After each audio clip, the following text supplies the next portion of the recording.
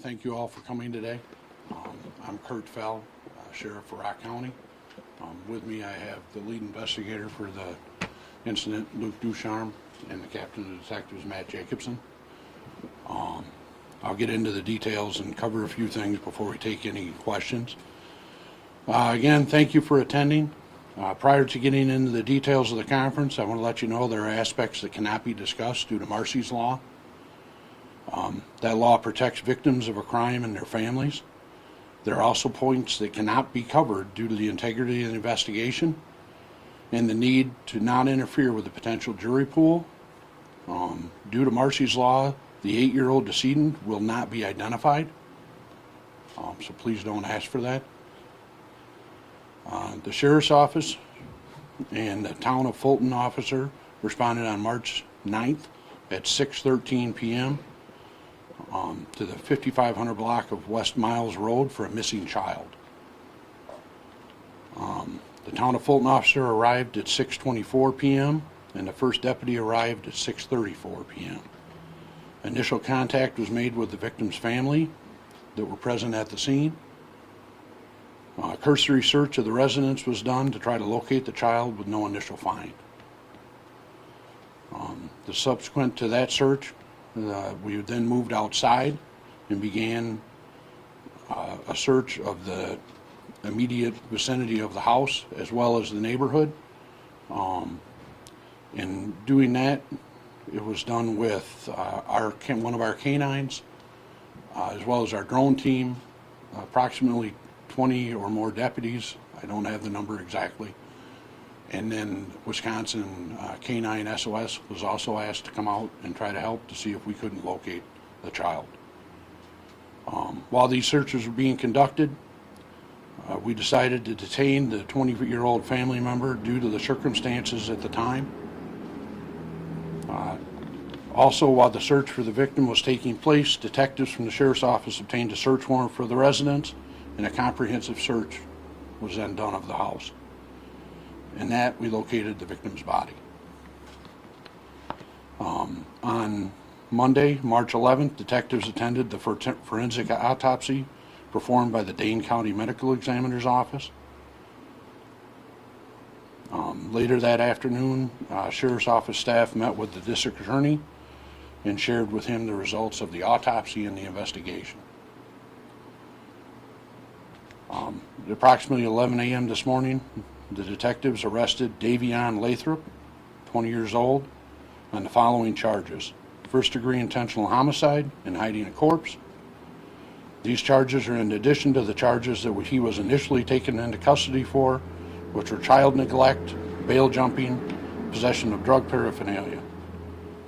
The date of his court appearance is pending. He is currently undergoing evaluation. That's the basic details that we can share. Do you guys have any questions? Where was the child found?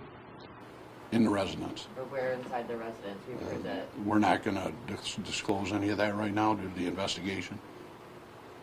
What led to the need to secure a search warrant if the residence was already searched? Because an initial search for a child is walking around basically calling out the child's name. I mean, we get these types of calls quite frequently where there's a missing child. And we go and look, we call out their names, typically, so that's what was done. You're not going to go and look into particulars.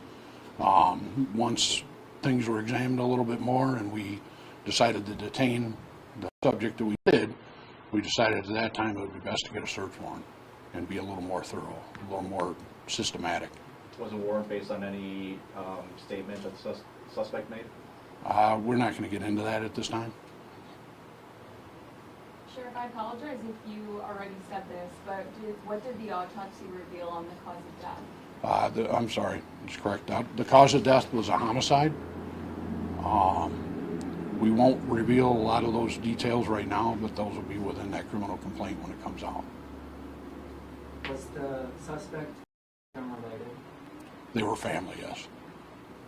Can you explain how they're related? No, we're not going to get into that part. Was anyone else home with the suspect and the victim?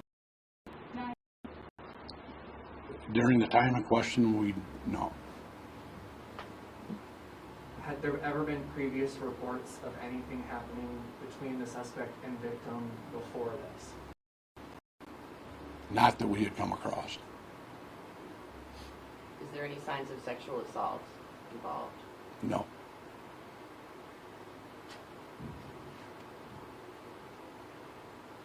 Any other questions or anything else? I know it's a short one for you, but What do you have to say to the community who hears about this? it's an extremely tragic incident that took place. As soon as the law enforcement were called out, we took action on the assumption or the information we had that it was a missing child, and when we realized it was more, we took the action that was necessary. So there is no more danger to the community. That person is in custody. And the death of a child is something that I'm sure obviously no one and no officer, wants to respond to. How do you guys debrief after an incident like this? Conversations are had. Is there support in place for the responding deputies? Yes, we we reach out to each of our deputies involved, the town of Fulton officer, dispatchers, things like that, because it is an extremely trying event. Our thoughts and our prayers are with the family. Obviously, this is a significant effect on them. For our own people, we keep in contact with them every day over this. Anything involving the child is difficult, and it's something you never forget. We have heard from neighbors that the suspect was running around screaming and was naked. Can you comment on that at all? No. Was the suspect coherent when you took him into custody? We were able to talk to him, yes. We've also heard he was on drugs. Are you able to comment on that? No, we don't want to comment on that at all.